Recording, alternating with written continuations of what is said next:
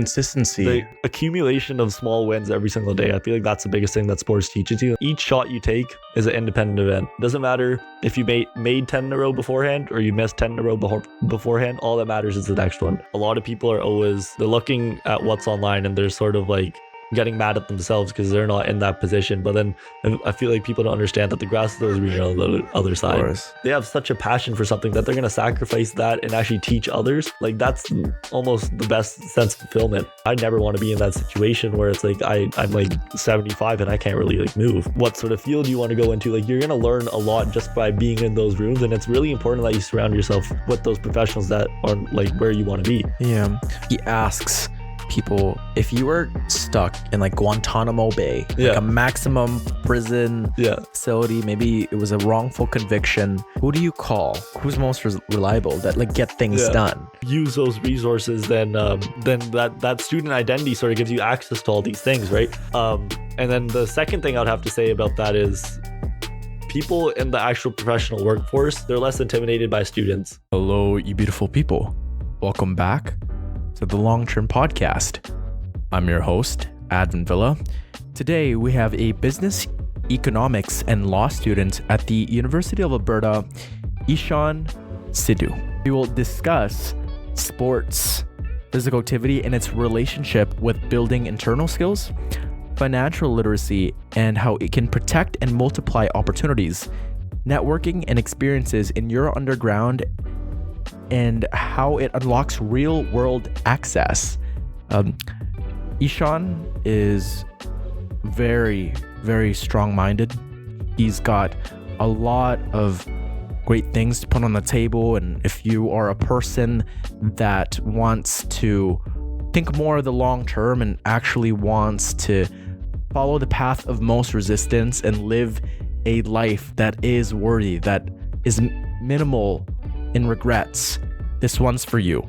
You know, it was a great conversation and I thoroughly enjoyed it. I think we're very similar minded, bit biased. I think we got great minds, but yeah, it was an awesome conversation and I can't wait for all of you guys to listen. But yes, everyone, welcome Ishaan Sidhu. All right. Welcome to the Long-Term Podcast. Yeah, thank you so much for having me. I just wanted to actually take a minute. Like, I appreciate you, like what you're doing so much. It's like great for the Edmonton community as well. Yeah, man. Yeah. It means a lot coming from you. Yeah. But it wouldn't be possible without people like you agreeing and putting in the effort despite your busy schedule. 100%. Thank you. Ishaan Sidhu, everyone. So, as a student balancing a rigorous business, economics, and law workload, how has your history with physical activity shaped your internal governor, that voice that keeps you focused when a task gets repetitive or difficult? Yeah, I think sports as a whole, like if you want to get to the top level in any sport, I think it's an accumulation of repetitive tasks. For example, like I grew up playing hockey and basketball, and a lot of the drills we do aren't always fun, but then at the same time, you know that they're needed in order for you to really get better and really get to that level. And I think the same goes for any sort of professional work or even school. Like just making sure that you're studying on a consistent basis. Like one of the examples I always like to think of when I'm studying is I go back to my basketball days and I was like, if I study or if I practice every single day for 10 days straight, I'm going to obviously get better at basketball. But if I practice for 10 hours the day before an exam or the day before a game in a basketball sense, I'm not going to actually get better. Right? The consistency. The accumulation of small wins every single day. I feel like that's the biggest thing that sports teaches you. And then that's the biggest thing that I feel is like transferred from sports to school. Yeah. You can study for an hour a day, 10 days prior, or you can study the 10 hours the day before. And your memory is going to be consolidated just through the consistency and the hour per day. And it's like fatigue too. Like if you're cramming the day before an exam, you're mentally, you might think you're fine, but mentally you're going to be fatigued. And I don't know. I feel like that's a mistake I made in my first year is in high school, I like never needed to study much. Like I sort of just walked into the exams and I found it like not like kind of easy. And then university, I thought I could do the same thing. And I realized really fast it's not like that. Like university is a whole different ballgame, right? Yeah. And then I like for my exams, like we were talking about, I would just study like the day before. It never works. So in my second year, I started just implementing like, okay, it doesn't matter. Like I would set a deadline, 3 hours a day. Just that's not much if you spread that throughout the day. That's like a couple 30-minute sessions, right? Um, and then if you just do that every single day, that adds up so fast, and your mind's way sharper throughout the day, right? Yeah. Yeah. I always think life doesn't need to be that hard. You know, I think we put off things, and it accumulates, and it becomes just so much more difficult when really we could have just started the first day and slowly learn every single day and make sure it doesn't pile up into this gigantic mountain. No, 100%. Yeah. The final stats exam was that for me. So my first year of university back in, was it 2022? Okay. And I just kept putting stats off. I'll study later, up until it's a couple days, before the exam, and I'm 2 hours into studying, and I realized, wow, this is gonna be tough. I'm gonna have some all-nighters. Had I studied 3 weeks before, even a month before, just little by little, like I wouldn't have to undergo so much stress. 100%. Well, even I learned my lesson with math 154. Like that similar situation happened with me. I was like, you know what, I can learn this all in one day. And then I just kept putting it off. And then I learned the hard way, like literally the day before my exam. And I think the biggest thing is the same way that consistency accumulates over time and it really helps you, distractions do too. Like if you're getting distracted a lot on a day-to-day basis, that adds up really fast as well. And I feel like a lot of people don't really consider that. Like if you're even small things, like if you're waking up and you're sitting on your phone for like 30 minutes as soon as you wake up, every single day, that adds up really fast, right? So that's why I think just scheduling out your day is super important. Yeah, right? The little things that you do every single day, they're ultimately what makes or breaks you. Like if you wake up and you're on your phone for 30 minutes, depending on what you do, right? If you're on TikTok the whole time, if you're on YouTube Shorts, or if you're watching things that deviate you away from your goals and ambitions, then you're gonna be set up for failure. Well, 100%. And I feel like our minds are sort of trained to like not really think of that when we're thinking back. Like if we had a poor exam, when we're thinking back what we could have done different, we don't really think about stuff like that because that's like part of our schedule. It's too normalized, right?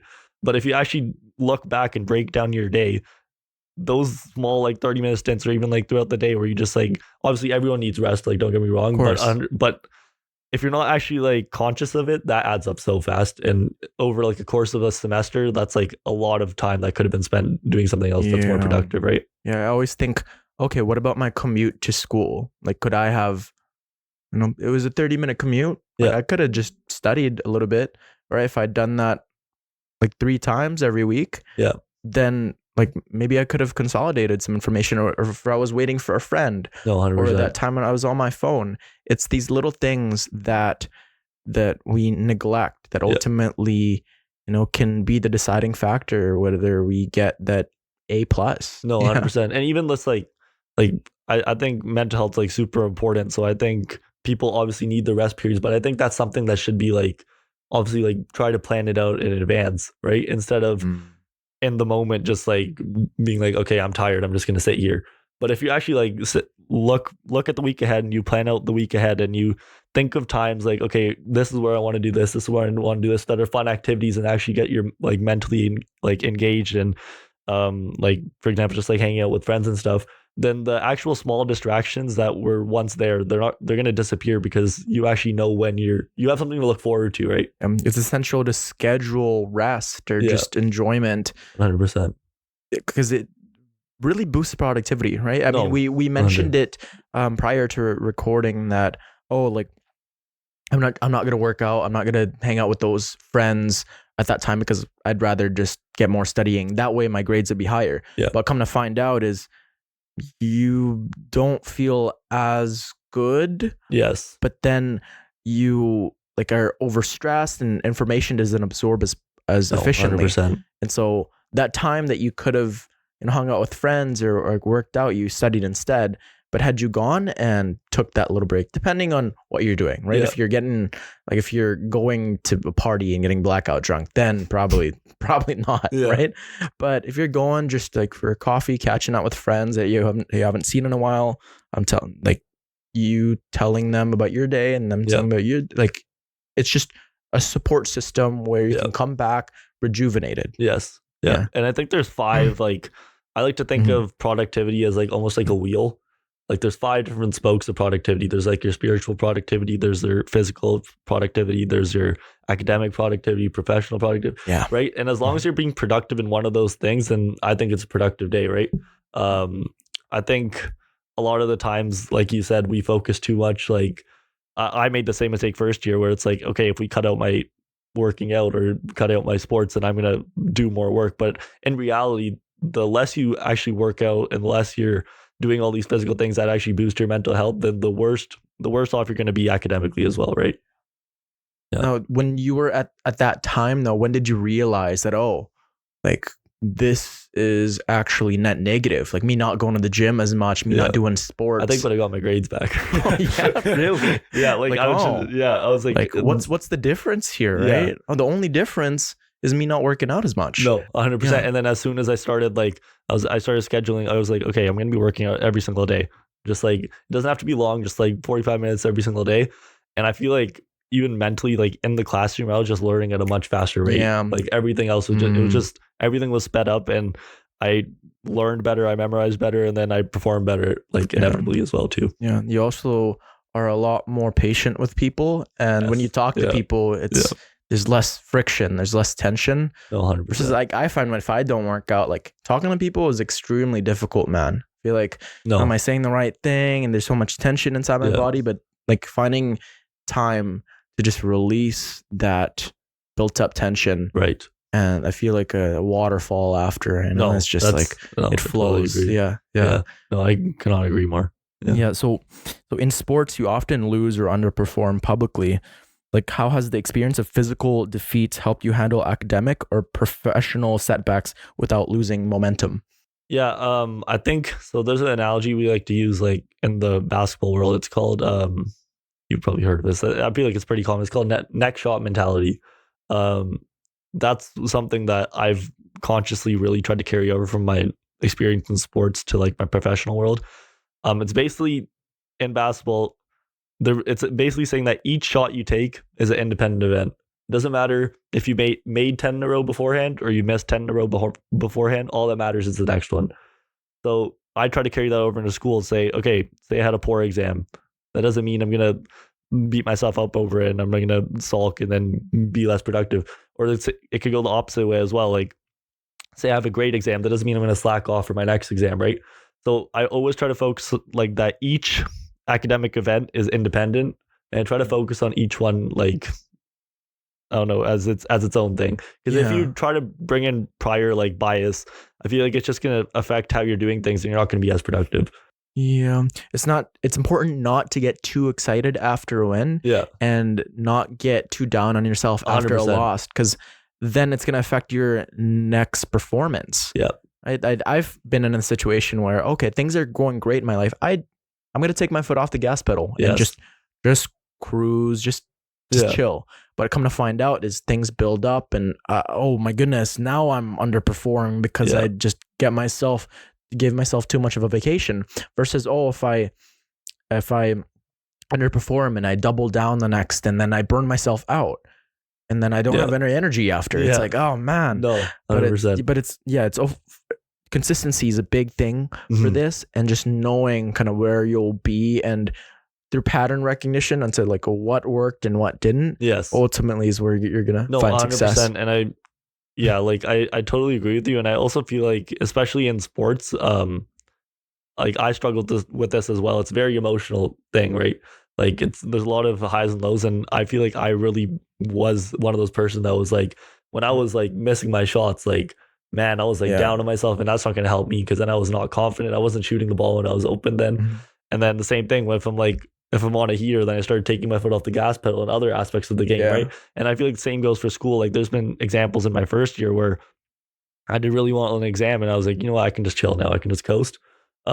Which honestly, I think it's very important to sort of give like reward yourself. But I think when you're actually when you're studying for the exam, I think you should treat every exam as the same. I think that's super important. And then I've also been in situations where I had 2 back-to-back like not good exams, and then I start sulking, and then I'm not as productive anyways, right? Yeah. That reminds me of like the you ever heard of like the 2 arrows with the Buddha? Yes. Yeah. Yeah, where okay, the first arrow is like that bad task or like that catastrophe, whether it be you were up all night and bad things happen as a result of that. Yeah. Maybe you get in a tough interaction with a friend. Yes. And like the second arrow is the narrative you tell yourself. Right. Okay, what does this bad mark, what is this bad altercation, bad event, maybe it's a job loss too, tell me about myself? Oh, I'm a loser. Oh, I'll never get anything done. I'm a failure. And it's like, have you ever heard anyone say that, oh, it's gonna make you more positive, make you more successful, and boost your productivity by calling yourself names? But I feel like that's like very common, especially for students like us. I hear that all the time, where it's like a lot of people are so hard, like we're so hard on ourselves, right? And I catch myself like that sometimes too. I'm 100%. Like, I'm calling myself names, bro. I'm like, no, dude, that's not true. You know what I mean? I've built up like some achievements and I've done hard things. So why am I calling myself this? Right. Yeah. 100%. And I feel like mentality is everything. Like our day-to-day life, how we think about ourselves, that's super important. And I think we were talking about this before we even started recording, is journaling. I think that's one thing that can help a lot, because like humans are emotional beings. So when we're in the heat of the moment, we're going to have our highs and lows. But if we have something like a journal, we can look back and sort of realize, okay, this is what I've already accomplished. And you sort of look at yourself in less of a negative light, like you were just saying, right? Yeah. Friend, we do so many irrational things. Like I find like in the heat of the moment, I'll just like say things that I regret, and I'll do things, and I'll stay up. And then looking back, I'm like, I could have just gone to bed earlier. Yeah. I didn't have to say that to my friend or my parent. I didn't have to blow up. No, 100%. And I didn't, like, that person cut me off in traffic. I didn't have to let it consume me. Yeah. You know? Yeah, no. But when emotional regulation habits aren't in place, like working out, like journaling, like going and scheduling time to rest with your friends, then you're just you're tense and you're on edge. You're on 100%. Edge, and you're scratching yourself like a freaking drug addict. But it's super important to just like, even like, not like productivity aside, just to live like a fulfilling life, like a 100%. Like a happy life. To just schedule time where you can wind down and appreciate and what chill. you've done. I feel like that's a big thing nowadays, especially with social media. Is a lot of people they're looking at what's online, and they're sort of like getting mad at themselves because they're not in that position. But then I feel like people don't understand that the grass is always greener on the other side. Like I know people who like post like crazy stuff, like they're always away, they're always doing all this crazy stuff, but then at home, like they're not the same people. And I feel like that's one thing where people need to understand. That's how social media is. People are never going to show you the dark side of their life. They're always going to show you the best moments, right? I think a lot of people, when they do see my social media, they think it's like, oh, I'm smiling all the time, like with family and friends, podcasts. But come to find out, if people actually got to know me, like there's days, man, where I just wake up in dread. There's days where I don't want to do the work because, I'm down on myself. And, whether it's something happened, whether something didn't, I just don't feel 100%. Then that's okay. But like a lot of, like, as you said, with social media, it really alters our perception with the reality. When like we all know we all get sad, that's like it's a common knowledge. Like we're all get sad, down on ourselves. But like certainly with being positive all the time on social media, and like just when you look at other people's lives, it's wow, like is everybody really this happy all the time? Is it just me? No. But if you 100%. Actually like connect with people and make like true connections and like reflect on it. No, 100%. You're not alone, bro. That's one thing I really want to start doing, is like more like actual like tangible reflection. because I find myself being really hard on myself as well. Like, okay, I'm not doing this person's doing this. But I think one of my favorite quotes, and I know it's like super cliche, is like comparison's the thief of joy. Is like when you keep comparing yourself to others, like everyone's gonna get to the top of the mountain, but everyone goes at a different pace. I feel like that's the way I'd try to think about it. And then if I'm like keep on comparing myself to X or comparing myself to Y, like I'm just gonna be less fulfilled in my life. And honestly, like life's super short. I think it's really important that you sort of take it by the day and sort of enjoy each and every day. And if you keep on comparing, then that enjoyment's sort of gonna be lost. Yeah. Inevitably. I'd also add that, like, okay, you compare yourself to people, which is like natural. I still do it all the time, and I can. That's one of my favorite quotes too. Yeah. Would you want to wake up as that other person you're comparing to? Yeah. Majority of people, 99.99% of people wouldn't. Like, would you, like this person that you see that their lives are intact and they're ahead, they're the 4.0 legends. They somehow like get invited to every single thing, and they're you, but they're 10 times better. Right. It's like, but like, would you wake up as that person the next day? No, because that you don't know that person. You know, like maybe they are your friend, but like internally, you don't know what it's like to be them. Yes, but like inside you've lived your entire life. Like, you've only just known you. Yes. So you wouldn't like know the little quirks and what makes you happy, what makes you sad, and like how much sleep you get. Right? Like I always think about that when I'm comparing myself. I'm like, oh man, like that guy's got more views. That guy is like more swagger. But then at the end of the day, it's like I don't know that person.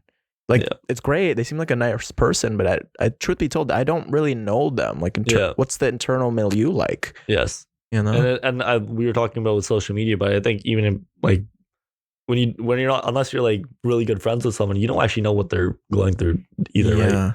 I don't know. That's a main thing I wanted to take away from that. But like I've listened to a bunch of billionaires. I know that it's like kind of like a lot of people are like, oh, why are you feeling bad for billionaires, right? But like a lot of them talk about how lonely it is, like at the top. 100%. Like you don't know what people are going through. They may be like driving a Lamborghini, but they want to crash it in the next pole. You truly don't know. And I feel like that's where like we were talking about balance earlier, but for a lot of the people that really get to like that billionaire status, they have to drop everything to really get to that point, right? And that's why like we were talking about those 5 spokes, like the balance and whatever. I feel like just doing the right thing every single day, that leads up to like greatness. But it's just about making the right decision every single day in a more balanced sense. I don't know. That's the way I like to think about it. I like that. Yeah, that's awesome. So does your experience in sports change how you approach professional collaboration? Like specifically, like how do you handle teammates who have different levels of like buy-in and like different mindsets than you do? Yeah. I think that's where sports and business, or like even just academically, I think that's where it's very correlated. An example I always like to use, especially for that, is for example, if you have teammates that aren't as committed as you, they're not showing up to every practice, they're not staying after practice, they're not working hard, they're not asking questions to the coach, they're not doing X, Y, Z. Inevitably, the coach isn't going to reward them. They're not going to get as much playing time. They're not going to get as much responsibility, and they're not going to have opportunities to like perform as well, right? Same goes in the workplace or in the business environment. If you're actually committed and you're locked in, you're doing the things that you're supposed to be doing, you're getting rewarded by management or whatever the case may be, you're going to get rewarded.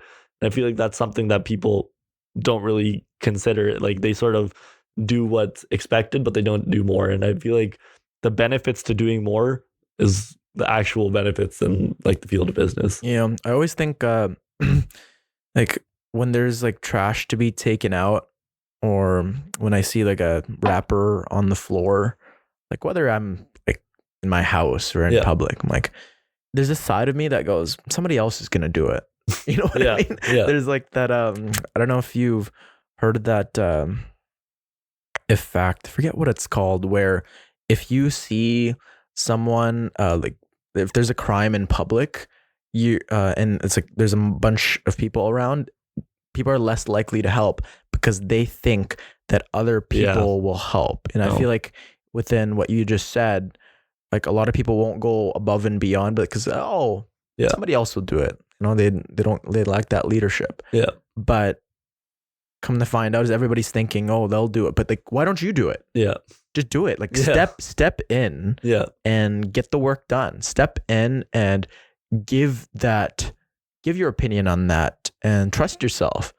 Cause like there's that in the back of all our heads, like there's like, oh, what if I don't make sense? You know? Right. So what if you don't make sense? Like then your teammates will point it out or you'll be corrected, but at least you tried. Yes. No, You know? 100%. And I feel like that's something that's been like developing a lot over the years. Something I've noticed is people are thinking way too much and it's affecting them.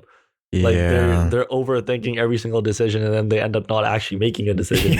I don't know, that's something I've like noticed. And even like going back to what you said about like sports, like when you have teammates that aren't like, they're not doing what they're supposed to be doing, inevitably they're not actually going to get rewarded in the long run, right?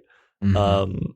And I'd say I always like to connect that back to the professional environment because the people who are doing what they're supposed to be doing, people know, right? Everyone knows. And the example you said, if there's like a crime in public, the one who actually goes and reports it or does what they're supposed to be doing and takes initiative, they're the ones that end up getting rewarded in the long run, right? Exactly. Yeah. Often like the path of most resistance is ultimately like the path that you should take. Yes. Because if you just, you know, go the easy route, like, oh, they'll do it. It's like, oh, maybe tomorrow. Yeah. Like, oh, like I'll do it in a more convenient time. Yeah. Like come to find out that opportunity is never going to present itself now and you're not going to be trusted. Yeah. And I feel like people are just too scared to do the hard thing now. I don't know, like my dad always likes to explain it to me like life is like a mountain and if you go straight up, it's much harder, but you're going to get to the top faster. Whereas if you're going like circles around, you're taking the easy step every single time. It's going to take you so much longer to get up there, right?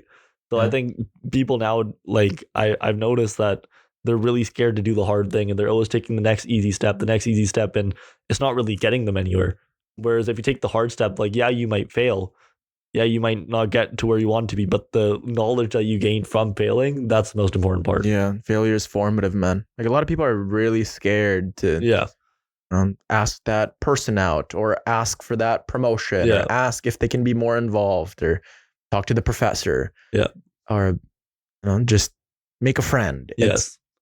But if you go in and just dive right in, maybe it'll give you a shock. Yeah. You'll get rejected. Sure. People will say no. Yeah.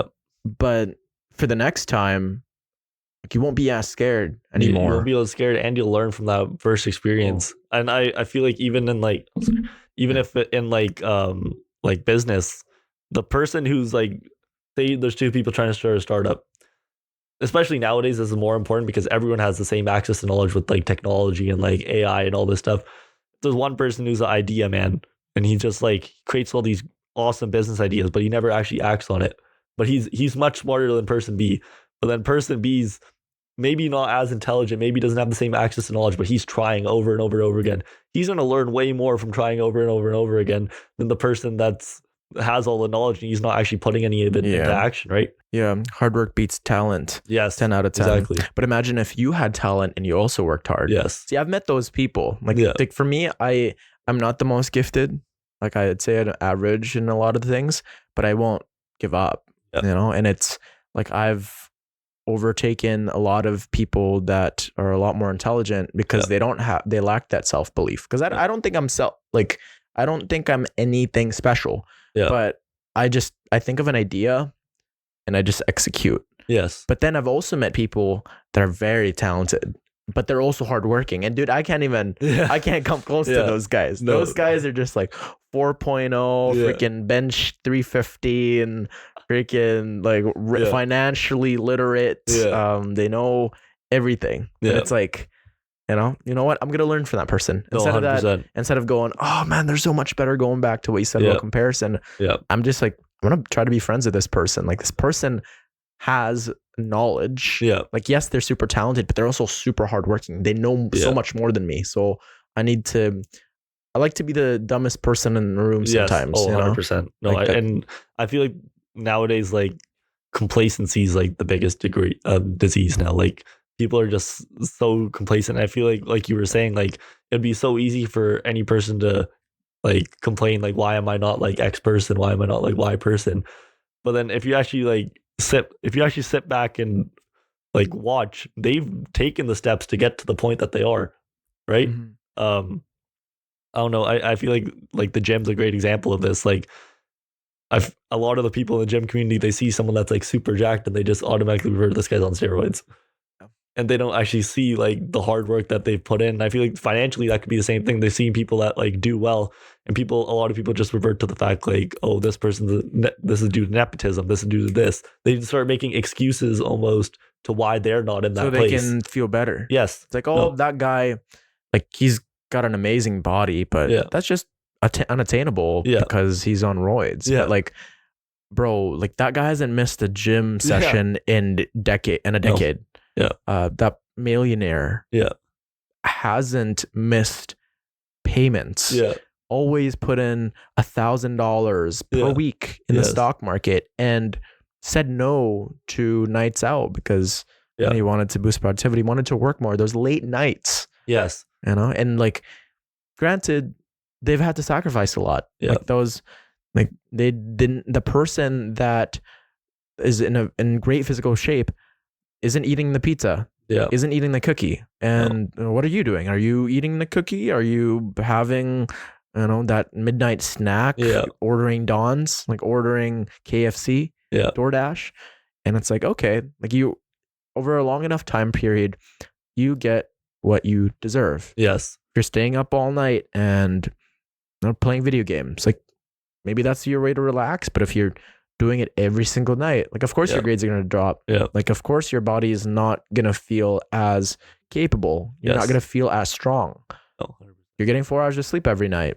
I wonder why. It's the little things, right? Yeah. And I feel like that's an example of not the name of the specific bias, but it's a form of bias where all the great things in our life, we like to take, like I did this, right? Like, I don't know, you got a promotion, I did that or whatever. But then if there's external things, like maybe someone else is doing X, or maybe even for you, like there's external factors, it's always like, or if it's a negative factor, so then we blame it externally. It's like, accountability is probably the most freeing thing that I've implemented in my life in the recent years. Like, even when it's not my fault, I still think about how I played, how I was part of it. Yes. Like, let's say someone hit me in traffic. Like, yes, it's maybe they were going too fast, but like, was I not looking? Was I, not signaling properly? Like, yes, it's their fault, but how did I go about it? Or when a family member blows up at me, okay, was my tone of voice just a bit impatient? Should I have been more kind? No. Like there's all these things that you can control. Yes. Like you have no control. Exactly. You have no control over what people are going to feel about you. Like if they don't like you, they don't like you, right? But then again, what did you have to play in it? No, like 100%. Accountability. And the locus of control thing is so important. Like I was saying, when negative events happen, people always blame external factors, and maybe there was external factors involved, but you can't do anything about it. So why not just focus on what you've done in the situation? I don't know. I like to, like, as an example, like with schoolwork, it's a great example. Like, I have like people in like the business community, whenever it's a great exam, they're like, bro, I was so locked, bro, I was this. And then as soon as a bad exam, it's the prof's fault.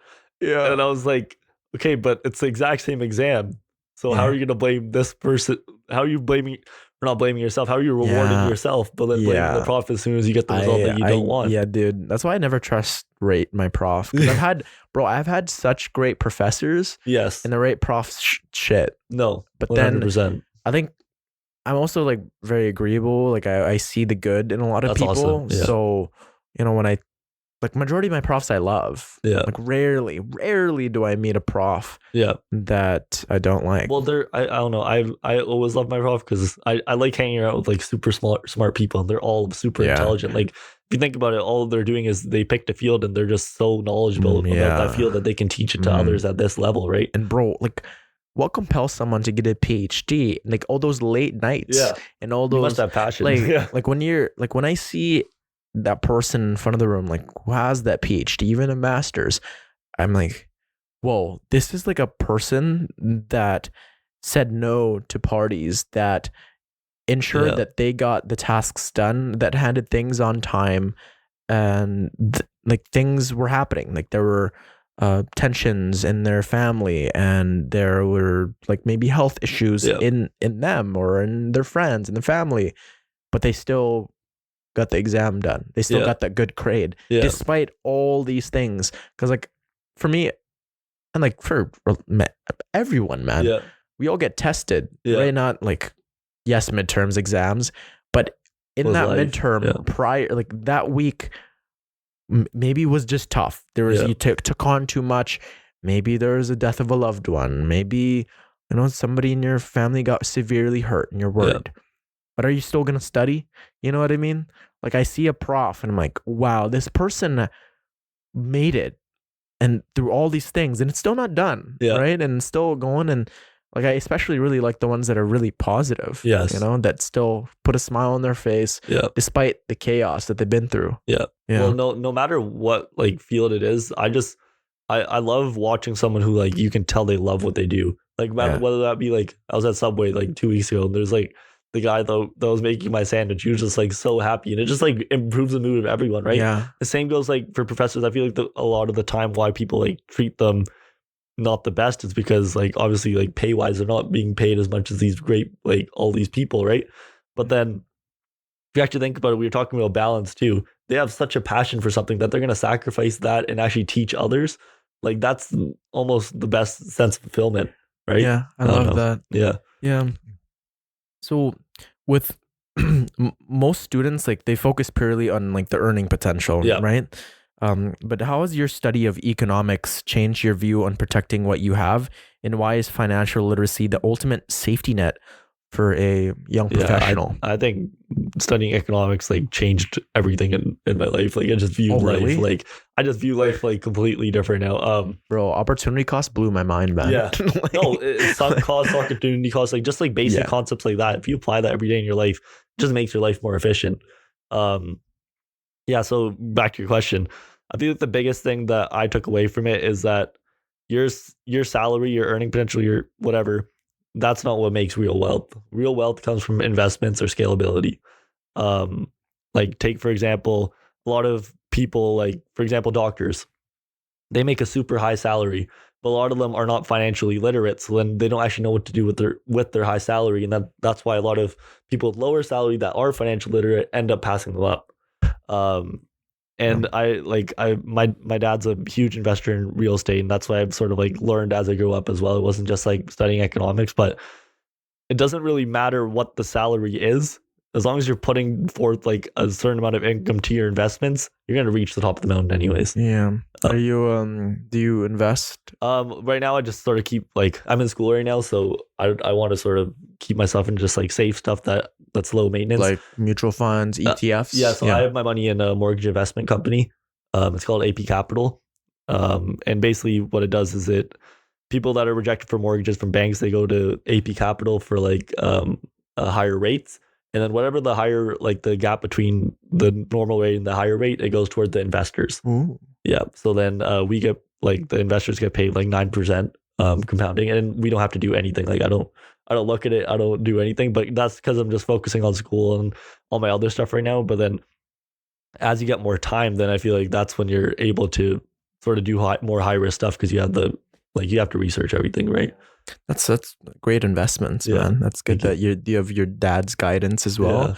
Yeah, I'm a big dividend investor, but I also do invest in like the big ETFs like S&P, like the TSX, and just like global markets. Yeah. But yeah, consistency. Just from reading a bunch of books on saving and investing, like people often think that like to reach enormous wealth, and yes, enormous wealth, you need a business, you need like a thriving business like Amazon, Apple, things that change services and products and that change the paradigm of how people live their lives, like the iPhone, like Google. These are even like Amazon. Yeah. Like that's like ultra wealth, but like majority of people that reach millions, it's doable, right? Yeah. For everyone, net worth of $1 million, 2 million. So I think like Warren Buffett's a great example. He had a salary job his whole life pretty much, and he just, if you look at the graph of his income, like this, it's like this, it's like this, and he just continuously investing, and they say it takes 5 years for it to compound. Well, then if you look at 10 years, how much do you think that's going to compound? Look at 15 years, it's just huge. It exponentially grows so fast. And I feel like people aren't patient enough to sort of seek the results of that. And I also think a big issue right now in society is overspending. Like I think that comes from social media, as people see what other people have and then they have to like sort of catch up to them, and they buy X thing, and they buy that car. I want that new, even a house can be a liability if you can't afford it. Yeah. I want that new gadget. Give me that new iPhone. When it's like, you're better off just investing that and saving that. Like, do you really need that? Like, no, 100%. Is it changing your life? Is it making you happier? Yeah. No, it's just like cool for pictures. Yeah. Like, I read, I'm sure you're Robert Kiyosaki. Yes. That's like the basic kind of rich dad, poor dad. I don't know. He's kind of like, I like that book, but I think he's kind of fallen off the rails. I don't know if you've heard of this. Like, he's doing a lot of like fear mongering these days. He's like, the sky is gonna fall. Like, chill, Robert. Chill. Like, I know we deviated away from the gold standard, but like, we'll be fine. Yeah. Okay.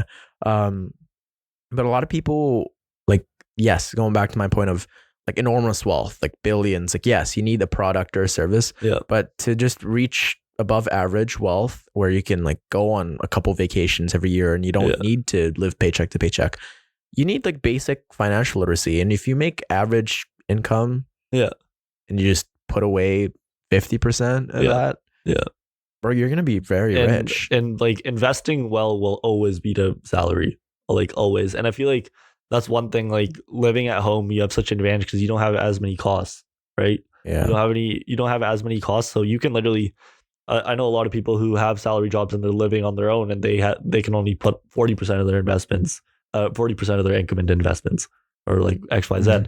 But if you're living at home, you can put so much more because you don't have that initial cost. Hike that up to 80%. No, 100%. And that even just a small change like that adds up so fast, and people don't realize that. And over time, like, it's an exponential graph. Like, before you realize it, like 5 years down the line, you already have X amount in the bank, and you're like, where did this even come from? And it's from your investments. Right. And people don't really have that patience, I feel like. They want that quick fix. Crypto, this, 100%. And that options here, short that. No, 100%, like that's 100% true. And people, like, they're always trying to find that next stock, that next cryptocurrency. But I'm like, I don't know. The way I try to think about my life is, at this point in my life, my biggest goal is just learning as much as I can from not even academically, in the professional world, anything.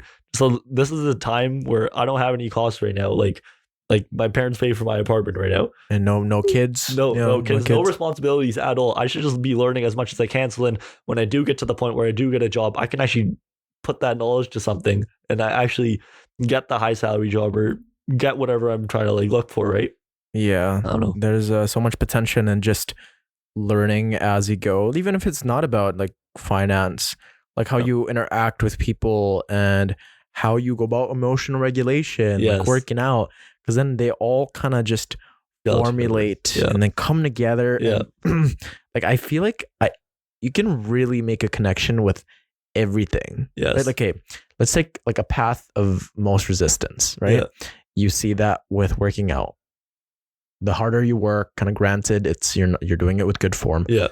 It's important to always follow the things that are heavier, that test you. Same with finance, right? It's always good to invest and have patience and choose the ones that like require some time to build, which is the gym. You relate that to academics, like consistency. You studying every day or just a little bit, thinking of like the long term of it. It's all kind of, I don't know if that makes sense, but they're all kind of like, I totally agree. They all formulate, they all kind of connect, and the philosophy that you have with one floods into the other. And like even relationships, okay, like the little interactions that you have, how do you go about it? Is it like with forgiveness? Do you do you have those tough talks? Or you could just keep ignoring it, and then they build up. And I don't know, it's funny when I was like 10, 11, like my Yeah. mom would always yell at me like, clean your room, do this, do that. And then I would just like I wouldn't do it properly. I would just like Yeah. throw everything in my closet, wouldn't do it properly. Mhm. And like now I sort of look back and I actually understand what she was saying, but she's like, the way you do one thing is the way you're gonna do everything. Yeah. And I feel like people will say like my excuse was like, you're not paying me for this, right? Yeah. Like why should I do that? But then it's like it's the habits. Habits are so It's important. like, why does it matter, Mom? Yeah. Like I was the same way. My dad would be like, if you can't even clean your room, how can you do other things outside of your room? Yeah. How can you be there for the kitchen? How can you be there for the house? Yeah. If you can't fix what's inside, Yeah. how can you be there for your friends? How can you be there for your community? How can you be there for your city?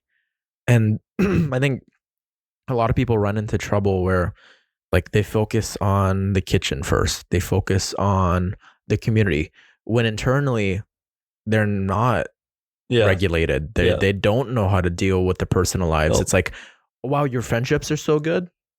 Well, how come your family's in shambles? Yeah. You know what I mean? Your internal self is in shambles. 100%. It's like before you do anything else outside, you have to clean your room. No, and I think a lot of that relates back to what we were talking about with social media and the comparison and thief of joy. People are very concerned now, like trying to make sure their life looks good, and like externally when people look into their life. But it's like when they're sitting in their room alone by themselves, they might not be the exact same person that they're trying to portray to the outside. And I feel like that's particularly like evident nowadays. I don't know, and I think that all comes from habits, like you were talking about. I think exercise is like super important. Yeah. And that's sort of like we were talking about, that's like my baseline for the day. That's like my backbone for the day, because It's like the safety net. If I didn't do anything, at least I worked out. At least I worked out. And then that's like the consistency in my life, right? Yeah. But, and don't get me wrong, I think it's perfectly okay to have those days or stretches where maybe you're not as consistent. Like I just came back from winter break back home. I had maybe 100 too many Christmas cookies. Like, don't get me wrong. Like I wasn't working out at all, but like now I know, okay, I'm back in school. It's time to get back to my habits. And that's sort of going to be the backbone for everything. Because as soon as I get my workout routine in check, then my school is going to get in check and everything falls. It's like dominoes. Everything falls in line, right? Yeah. So from an economics and law perspective, how do you differentiate between a calculated risk and a gamble when it comes to early career investments of your time and capital? Yeah. I think as younger professionals and people like under 25, or even just, I think the biggest asset that we have is time. Not even money, is time. Because talk to any person that has generated a good amount of wealth that is a bit older. They just, the biggest thing you always talk about when they talk about investment, I wish I had more time, wish I had more time, wish I had more time. But we have a lot more time than everyone else. So I think that's the biggest thing, is we can take higher risk investments because we have time to fall back on to get back on our feet. I feel like people that are older, they don't have the time or energy to really recover after like a big financial loss if they take a risk or something, right? And I feel like a lot of people that are older, they also have generated a higher amount of wealth over time, that they can make these low risk investments and make a good amount of money still because of all the capital that they've already generated. But for us, like, I don't know, like for me, I'm a student. I have not much capital of my own. So I think for me, it's about generating that wealth, and I have the ability to sort of take high risks because I have time to fall back on, and in the future I can sort of get back to where I was. Yeah, like time's all we've got right now. Yeah. And once we actually have a career and like a business maybe, or like kids, like a wife, it's then that time is something that we don't get a lot of. So you won't be able to show up to events. You won't be able to just learn that random dance or like that topic and go full of deep dive, and or like have a coffee with a friend. Like I feel like that's something that a lot of people sleep on, or just like meeting up with a friend. Yeah. Well, even at a networking event, I was talking to this like lawyer like a couple of months ago, and he says this at this age, he likes to think of each responsibility like a string to your hand. So right now, like my responsibilities, like my family and my schooling, like I can lift my hand all I want. I can reach higher. As you age, you got wife, you got children, you got kids, you got work, you got all these things. It's hard to reach as high. So then I don't know. for me, like when it comes coming back to investing, we have such an ability to take risk at a young age that it's like, why not? And the worst, like we were talking about earlier, the worst that's going to happen is you're going to fail and you're going to learn from it and you're going to move on. Yeah. Worst case scenario, you get rejected and you're back to right to where you were anyways. Yeah. Yeah. And it's like, had you not taken that step, you wouldn't have learned all the things that you know now. Yes. Like the upside of never trying is never having to feel the pain of failure. But then that's ultimately where regret is buried in. It's like when you're on your deathbed, like, are you gonna, people wish they'd have lived a life that was true to them. Yes. No, and I feel like even like just from like an economic standpoint, like I've my biggest thing, like all my life I've just wanted to be like great. Like that's like my biggest goal. I just want to be like great. I want to be financially well off. I want to be fit. I want to have all these great aspects. But if you don't take risks early on and learn from them, you're never actually going to get to that point. So like, for example, like financially, like we were talking about, you could just throw all your money into a savings account and let it sit there and then retire at 65 like everyone else. But if you actually have the ambition to actually want to do something like great with your life, you're going to have to take risks. And like we said, the cost of not trying is not worth it at all. Like it's way better just to take the risk, learn from it. So either the risk is going to pay off and high risk, high reward, or you're going to fail and you're going to learn so much from it that the next time you do it, you're going to be way better, well off anyways. Yeah. And I feel like a lot of people don't understand that. They're scared to take the risk and then they take the steady route and then they have so many regrets later in life. And that's like my number one thing is when I'm older and when I have grandchildren, I don't want to have any regrets. So I want to be like, I did everything I wanted to do. Right. Yeah. So inaction is still something that you choose. Yes. Like you can, and it's still opening up doors, but are these doors that you want to enter? No. 100%. Yeah. Well, like is an example, like my grandparents are getting older for sure. And they're immigrants. They moved to Canada in the 70s. Yeah. Both of them moved to Canada in the 70s and they spent their whole life working, and now looking back, their lifestyle is sort of unhealthy because all they've ever known is wake up, go to work, eat, go back to bed. They didn't have all like the balance that we were talking about, like the exercise and all this stuff. And like I'm glad they sacrificed because now we, like as grandchildren, we look at that and we learn from it and we're like, okay, like we love our grandparents, but I never want to be in that situation where it's like I'm like 75 and I can't really like move. Right. I don't know. That's a big thing. Yeah. I always think of what will your 80-year-old self want you today to do? No. And it's like, like the memories that you have right now, it's like your future self is looking down into your past self. Yeah. It's like when you think of like as a kid, like, oh, like that thing happened, which led me to this and led me to that. And it all makes so sense. And it's also like so logical. But when you're in that moment, you didn't know. Yeah.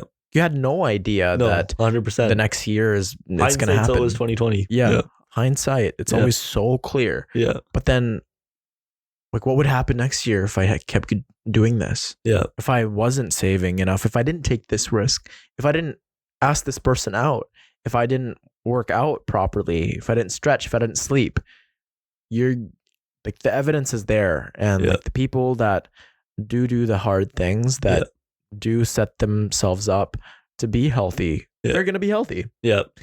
No, and I think that word if, like my dad like always told me, he's like if is the biggest and smallest word in the dictionary because it's small, it's only 2 letters, but it can mean so many things. Yeah. Like what if? Yeah, it's always what if. Like people knew, and the thing is, I feel like your intuition matters a lot because everyone knows what's right and what's wrong. Like every single day you wake up, you know what's the right thing to do and you know what's the wrong thing to do. Like we were talking about earlier, like the accumulation of right decisions and the accumulation of wrong decisions, that sort of determines where you are. And a lot of people who say, what if I did this? What if I did this? They accumulated negative decisions over time and then they look where they are. It's like you're sort of getting what you deserve. Yeah. Right? I don't know. And going back to what you said about like the age thing, I don't know. Matthew McConaughey is like my favorite actor. I love him. Like dude, I've listened to like 10 podcasts of him. Yeah. No, I like love him. And one of his quotes, I think when he got his Oscar, is he's like, I'm always chasing myself in 10 years. So it's like you're envisioning who you want to be in 10 years. And it's like you have to figure out, okay, what do I need to do to get to that point in 10 years? You're always chasing that person. You're always chasing that person. And actually, there's a quote I have as one of my wallpapers. Ooh, I love that. I love some good quotes, man. Maybe I'll have to write this down too. So it's like you're supposed to choose one person to look up to. So then I always put my dad, because I think my dad's like my biggest inspiration. And then you pick one person to look forward to, like look forward to seeing, like after a hard day, who do you want to come back to? Who do you want to like sort of enjoy with? And that's always going to be my mom and my sister and my family. And it's like after a hard day, who's going to come and put a smile on your face? That's my mom and my sister, right? And then someone to chase. And that someone to chase is going to be, who do I want to be in 10 years? Ooh, it's like I love that. Yeah. Dude, that's awesome. Yeah. And that probably feels so purposeful, right? To think that and to look at that and remind yourself every day of like, okay, this is what life's all about. And like, yes, I want to be like fit and I want to be healthy and I want to be successful. But when I climb on top of that mountain, who's there with me? When I look around, who's there with me? Yeah. It's my dad. It's my mom. It's my sister. It's my friends. It's so beautiful to include them with your plans and to have a mentality like that. Yeah. It's remarkable. And I also think, like, if you really break down what life is, it's a bunch of simple yet hard decisions. I feel like people overcomplicate their life and they overthink and they overscale life into this really like long-term thing. But if you just wake up every day and, like we said, make the right decision, you know what the right decision is using your intuition, you know what you need to do to sort of be great, then it's really not that hard. If you sort of think about it, like obviously each doing the task is hard, but making the decision should not be hard because you know internally what's right and what's wrong. Yeah, I love that. I completely agree with you. Like we all know what's calling for us, and we probably shouldn't be eating that. We probably shouldn't hang out with that person. Yes, we probably should get the work done and show up to work with more courage. Yeah.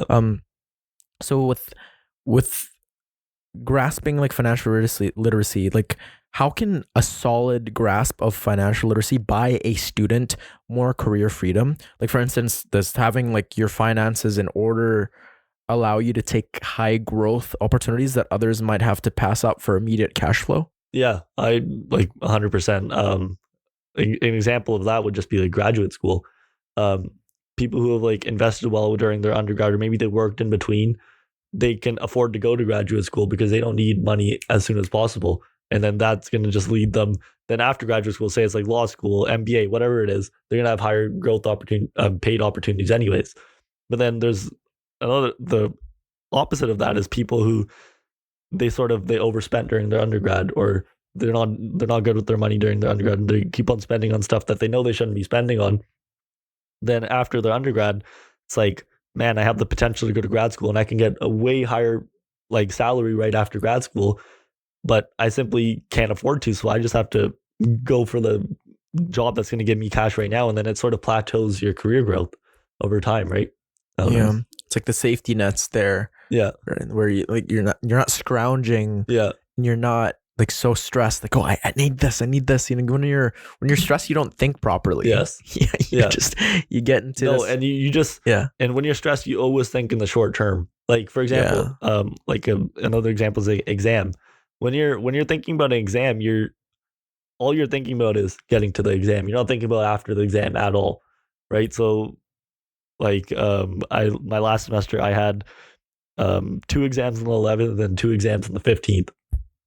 All I was thinking about is those 2 exams on the 11th. Finish those, I have a sigh of relief, and then I'm like, man, I got 2 more exams on the 15th. I haven't even looked at the content yet, right? Yeah. So then I feel like people don't really take that into consideration, and I think that's why it's so important for people to, like, obviously emotions are a huge part of life, and I think having emotions is sort of what enriches life, but your day-to-day decisions, I think, should all be done using logic and rationality, because those, no matter how you're feeling, those will always be consistent.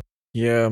We do not do well in stressful situations unless there's like a lion, or like we're running away from a person that's trying to kill us. Yeah. Then it's super useful. But if it's like for a test, if it's for an event, you just can't consolidate your No, memory. and You're not in the moment. yeah, It's supposed to be something that changes yeah, you for the better, like because you learn more in an yeah, exam or you're at an event, like whether it's like a speech, it's building you up.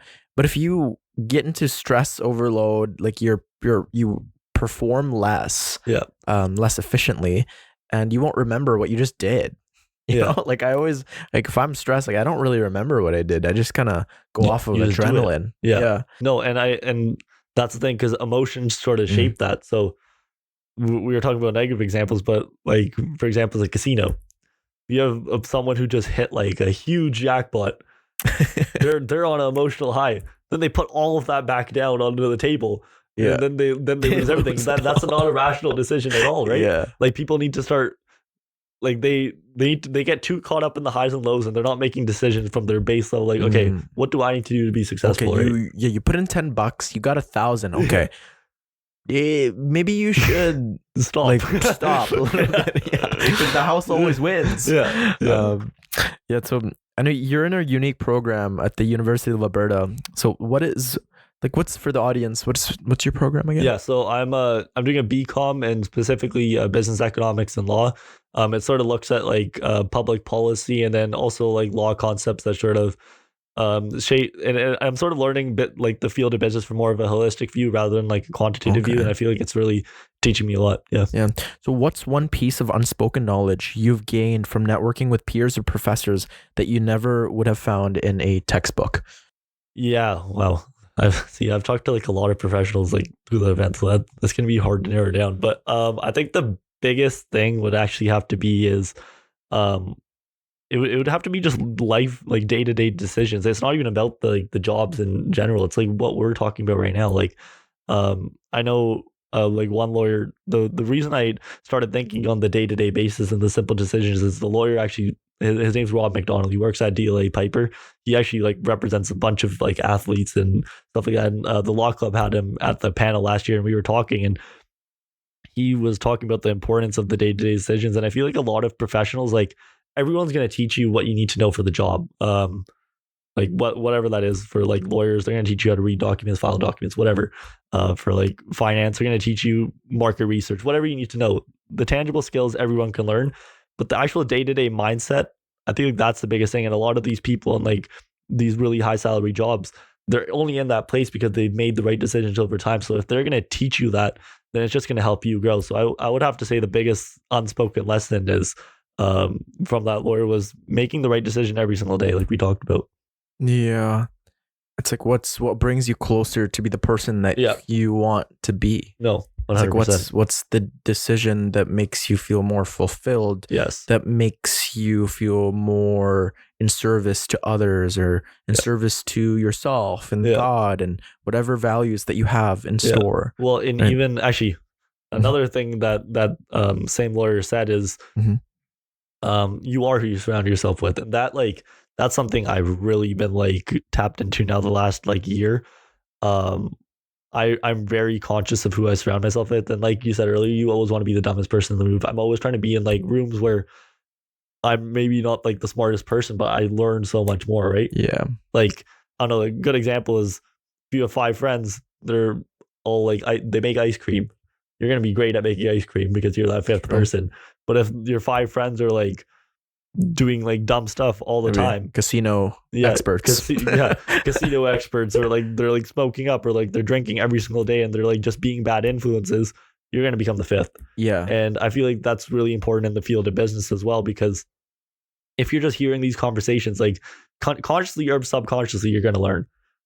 Even just like business language or like what sort of field you want to go into, like you're going to learn a lot just by being in those rooms. And it's really important that you surround yourself with those professionals that are like where you want to be. Yeah.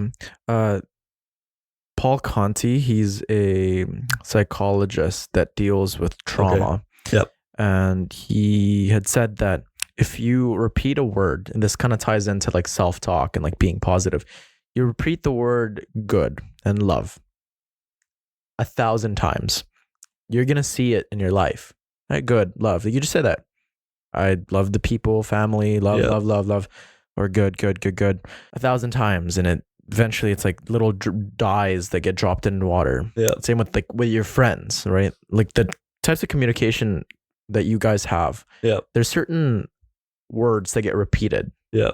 It's like, oh man, let's hit up the casino. Maybe you've said the casino 1,000 times, or That's gonna man, yeah, or man, we gotta play more video games. And next thing you know, your just body itches for that. And if you're the fifth person around that mental milieu of maybe they see the negative all the time and they're bad influences and all they do is prioritize video games, you will absorb that whether you like it or not. Yeah, like whether you're the leader of that group and you ultimately the last decision is you because you're like you're the person that people look up to in that group. Yep. If the four of them are just very, very into the casino, very into video games, you will ultimately find that interesting too. And whether you like it or not, you will partake in those activities and you will find enjoyment because we all crave social connection too. Yeah. And I don't know. I always like to, like, all my friends are like great. Like I love all my friends, and I feel like the biggest thing is the exchange in value. I feel like all my friends like bring me something, and it's not like I'm like using them in any sort of way. I just feel like there needs to be some sort of value exchange for like us to be like close. So for example, like back home, one of my friends, he does track and field at Trinity Western University, and he's sort of my friend that like I look up to in sort of like physical wellness, because he's like ripped, like he's super jacked and he's super fast and he's like great in that way. And when I'm not doing what I need to do in the gym, he's the one that's like on me. He's like, you know what, get after it. Let's get after it, man. But get that one more rep. No, and then I have like other friends like here at the U of A, and like they're very like super high academic achievers, and when I'm slacking on that front, they sort of bring me up in that sense, right? And it's really important to have friends in these different fields that sort of bring you up to that level in different areas, because it just improves you as a person, bro. And it's not even just like you can ask them for advice, they'll give it to you, right? And you can ask them, oh, what helps you dial in that schedule, what helps you be more efficient, what helps you do that rep better in the form. But like I think that's important, yes, because you can rely on them on that. But what's also, I'd say it's more important, is asking them about their day. You know, oh, bro, well, what you up to today? Yeah. Because like within what they are doing that day highlights kind of what's important to them. Oh, I'm just going to the gym and then I got a test after. Lifestyle, right. Probably going to study for like 3-4 hours. I'm like, oh, this guy studies 4. That's probably why he has a 4.0. I'm like, oh, he's so close to his family. Oh, yeah. He talks about his day. And he spends like 2 hours with his family. Right? Yeah. He still finds time and seems to be really energetic. Like, oh, what time do you go to bed, man? Is it like I have trouble with my sleep? Oh, like I go to bed from like 10 and they wake up at like 7, so 9 hours of sleep. And it's like all these things throughout their day. And then when all the different iterations of like talking to them, like highlights just, oh, that's why this person's unbreakable. Is because they live it. They live the life that is optimal, that is healthy, that is abundant in love, that is abundant in discipline. And whether the things that they do the things that they don't want to do. And they love as much as they can and they appreciate, they're thankful. And it's like, yes, be my friend. You know, I want this guy in my life. And I think so, like, obviously New Year's just happened, and Happy New Year's, everyone, by the way. Happy New Year's. But I think that's my biggest issue with like numbered New Year's resolution is like, for example, it's like, I need to lose this many pounds, I need to do this, or I need to do this, and there's always a number behind it. Is I feel like the biggest factor in actually improving yourself is not what you're doing just to reach that goal, is your lifestyle as a whole. So for example, like if you want to work out and you want to get fit and you want to lose a certain number of pounds, that's fine. But I don't think the fix should be, I want to lose a certain number of pounds. I think the fix should be, how can I improve my lifestyle so naturally I live a healthier lifestyle? Like, people need to think more of a whole in every factor, or even academically. It's like, I want to get this grade, but it's like, why don't you just improve your like study habits and your lifestyle as a whole, so you're not cramming last minute? We do not rise to the level of our goals. We fall to the level of our systems. We all want an A, bro. We all want the most fulfilling relationship with our friends and family, with our romantic partners, we want to finish the race first. We want to be built and strong. And we all want that, like who doesn't want that? Everyone You'd have wants to be that. like, It's inevitable. you'd have to be a person that's just like very cynical and like devoid of meaning to not want that. But even then, but it's like the systems, it's like the habits. What are you doing every day? Like, are you getting enough sleep? Yeah. Like, are you showing up to that friend for that coffee? Are you saying, when you do say one thing, do you do it? Do you execute? Did you study 2 weeks before? Did you read that one piece of writing that was required in that class? Yeah. And it's like, these are like the little building blocks that ultimately will determine whether you make or break. Yeah. So and actually, that's a very fair point, because I think a big issue, especially in like the Indian community, the Canadian Indian community, is our lifestyle is like, and the reason why our elders in our community have so many health issues is our lifestyle. Like, I feel like every single social gathering, people are literally just gathered around and eating.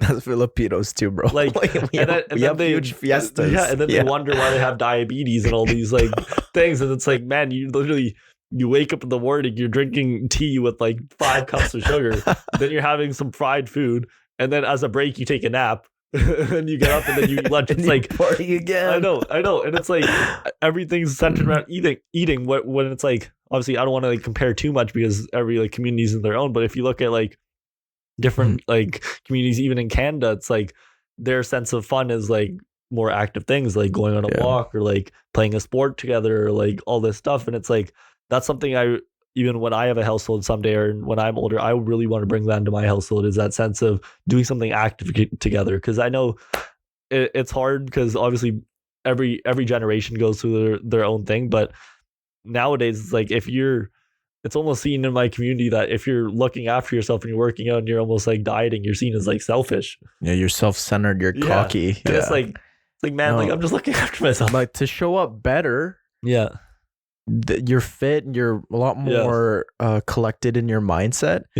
It's like, I'd argue you actually care more about other people, because you're making health a priority. Because like, then you're less of a burden in the long term. Like, who wants to be like, you don't want your family members to be at the hospital, like worrying about you, because then that deviates them away from like their days. And you want to show up for people, and you want to be more patient, and like exercise and like prioritizing yourself is a great route to that's the most important thing, is people. I think people don't prioritize themselves enough. Like, I always go back to like my grandparents, because I feel like that's the best example for me. And like I said, they had I don't want to diminish anything, because they had a super hard time when they came to Canada, right? Like first generation immigrants. They worked super hard. Like, don't get me wrong, but then if you look at their lifestyle, like all my grandparents, like, they have knee issues because they get home and they just sit around all day, right? And over time, like, it just builds up and it builds up, and now it's to the point where it's like,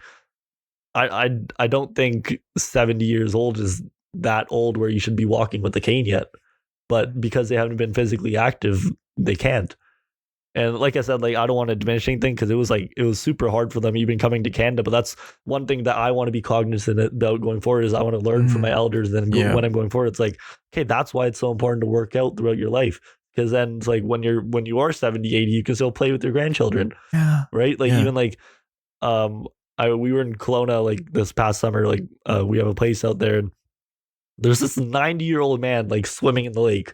And it's like, I could never imagine doing laps around you. And I'm like, man, like, that's what I aspire to be, though. Like, I want to be older and still be able to move and do all these things and be mentally sharp. And I think that only comes from building the habits, or doing the habits that you built today.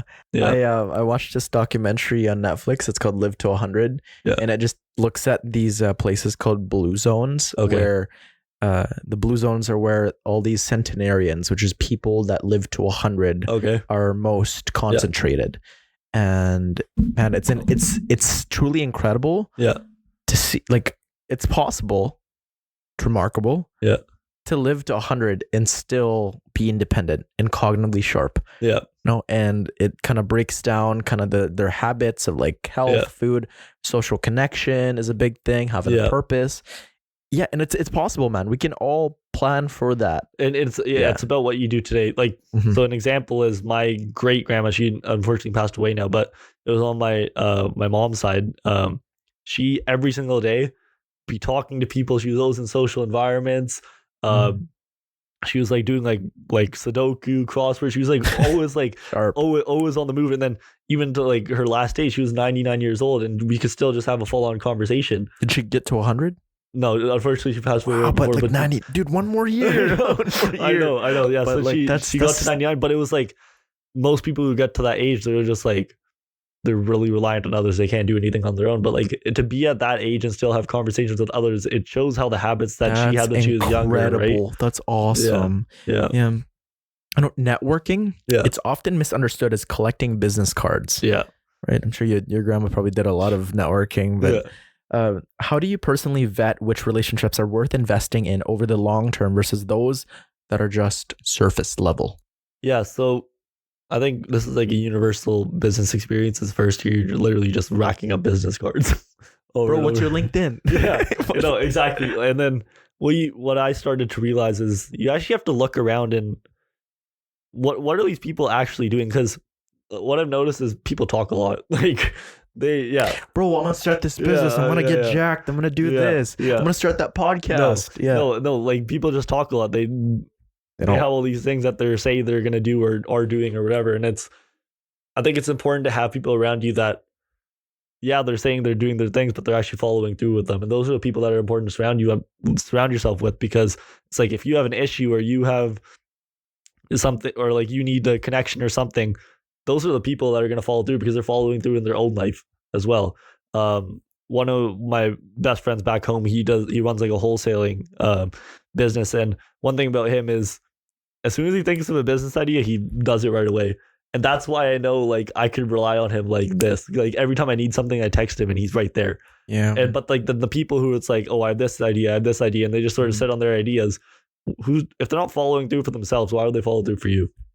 This is his favorite podcaster that I listen to. His name's Chris Williamson. Okay. And he asks people, if you were stuck in like Guantanamo Bay, like a maximum prison facility, maybe it was a wrongful conviction, who do you call?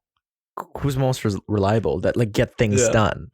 You know? And then I feel like that your friend, that starts a business idea is like, or like maybe your dad, you call them out because they say the things that they're gonna do, and you trust their word for it. No. And what they do say no. That's why their yeses hold so much power. Yeah, it's like I see that with like events. It's like, bro, I'm trying to do these things. There's so many plans and all this stuff. Or like, they'll make plans with you, and then it never actually happens. And then you see them the next time working, and it's like, oh, we need to do this, and it never actually happens. It's like a cycle. It's like, then you just don't trust those people, right? And even then, you can't be friends with everyone because there's just not enough time because you guys have different values. But I feel like I'm guilty of this because I like to talk to as many people as possible. But connection, it's like it takes time. It takes a lot of, like, if you're at an event, you talk to someone for like 2 minutes, maybe get to know their program. It's a very surface level. But when you actually take the time to like get to know them, why do they do this? Why are they in this program? You're not going to get through every single person and establish that connection. But like when you do make that connection, right? It's like, oh, this is guy's long term. Yeah.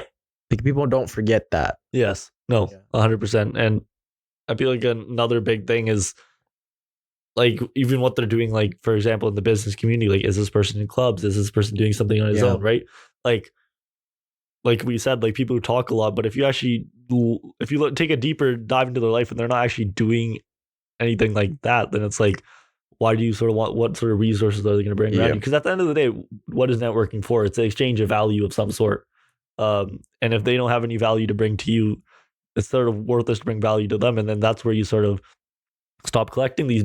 Well, obviously you're going to take the business card, but it's like you start valuing the business cards less unless they're actually someone that's going to follow through. Yeah. You can talk the talk all you want, but unless you walk the walk, nothing gets done. Yeah. Looking at your time in undergrad so far, which year are you in? No, third year. Third year. Yeah. Oh, nice.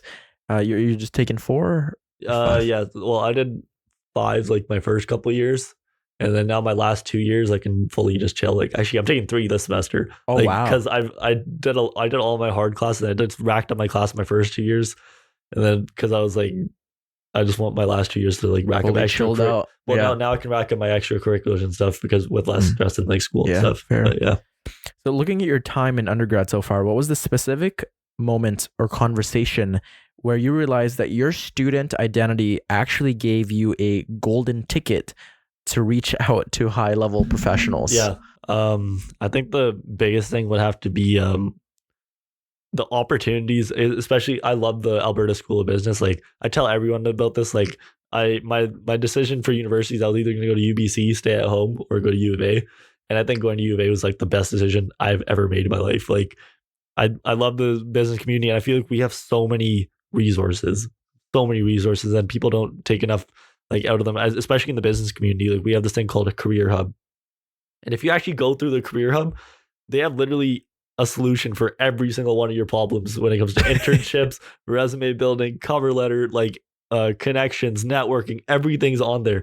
And if you actually use those resources, then that student identity sort of gives you access to all these things, right? And then the second thing I'd have to say about that is people in the actual professional workforce, they're less intimidated by students, in the sense that if you're working and you're sort of trying to build yourself in a professional setting and you're working for a specific company, people might see you as competition. And at the end of the day, like people may have good hearts, but they have to do what's best for them at the end of the day. Like they're working to put food on the table for their family, if you think about it. So when you're a student, you're not really a threat to anyone. You're that student identity, and you're sort of just trying to learn as much as they can. And obviously, I think the big thing with alumni students is they really want to give back to the community. I know when I'm like in the workforce, I'm going to come back to the School of Business and help out the business community because it's done so much for me. But yeah, I would say those are the big three things: is one, using the resources that are given to us as students. Two, the student identity sort of lowers the amount of like competition that other people view us with. And then three, like people want to give back to the community that they sort of were developed in. Yeah, that's awesome. Like being a student, right? You got so many opportunities. And I agree. I love University of Alberta. It's given back to me so many opportunities and gifts, and like I get to sit and talk to people like you because of that school. Like you and I would have never met. No, 100%. If you and I didn't go to the U of A. It's given me. We met at the career fair thing. Yeah. Imagine 10 years later. Or club fair. You know what I mean? Like I just know for a fact. Yeah.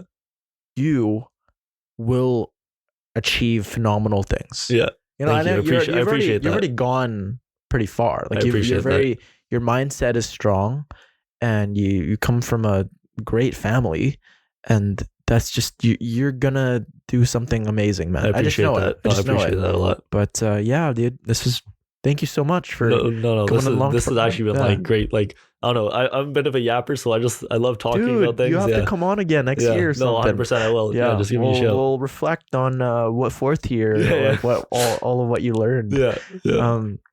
But yeah, dude, this is amazing. This wouldn't be possible without people like you. Thank you so much for having me. And like I was saying earlier, like so I'm from Vancouver, and we have like a super vibrant city over there. And I feel like the biggest thing when I come back here is people aren't social enough. Like when I come back here, like they're not, like they're very to themselves. And I feel like stuff like this, it just improves the vibrancy of a city. It gets people talking, and then when people get talking, then everyone wants. I don't know. It brings a community together. Yeah, it's beautiful. So that's great what you're doing. Yeah. Yeah, and for people that are struggling out there, what do you have to say to them? I think the biggest theme from our talk today is doing the right thing every single day. Don't intimidate yourself by looking so many years in advance. Don't look all the way down the line like, oh, I need to do this. I need to do this. Wake up in the morning. Look ahead of your day and do the right thing every single day. Those wins stack up so fast, and by the time you know, you're going to be out of that run. You're going to be ready to go. Yeah. Thank you, man. Yeah. And as always, to everyone listening, there is a place for you in this chaotic world. Never lose hope. Strengthen your faith and keep it long term. Ishaan Sidhu, everyone. Yes. Thank you. Peace. Brother. Man, that was great. Woo! I actually really enjoyed that. I'll be back.